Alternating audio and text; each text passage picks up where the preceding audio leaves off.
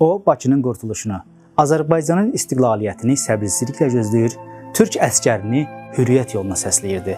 Hələ 9 yaşında olarkən vətən sevgisini, yurduna bağlılığını və torpağının mahiyyətini şeirlərində, hekayələrində böyük ecazkarlıqla tərənnüm edirdi.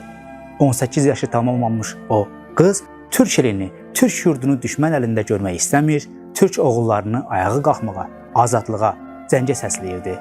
Məğlub olsun, xar olsun, intiqamlar alınsın, türk bayrağı o zaman göy üzündə parıldar deyib, öz müstəqil dövlətinin bayrağının dalğalanmasına səsləyirdi.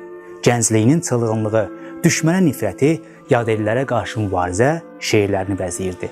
O, repressiyaya məruz qalan ilk Azərbaycanlı şairə, Azərbaycanın ilk nasir qadını, Azərbaycanın ilk iqtisadçı alim qadının anası, yazıcı, tərcüməçi, şair anası və yazıcı, müəllimin həyat yoldaşı.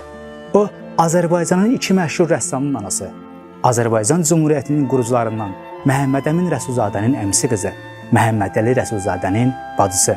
Bütün ailəsi, əri, övladları, bacısı, bacısının övladları, qardaşının övladları, qohumları repressiya qurbanı olan, öldürülən, əzablı günlər yaşayan, torpağından didərgin salınan türk qızıdır.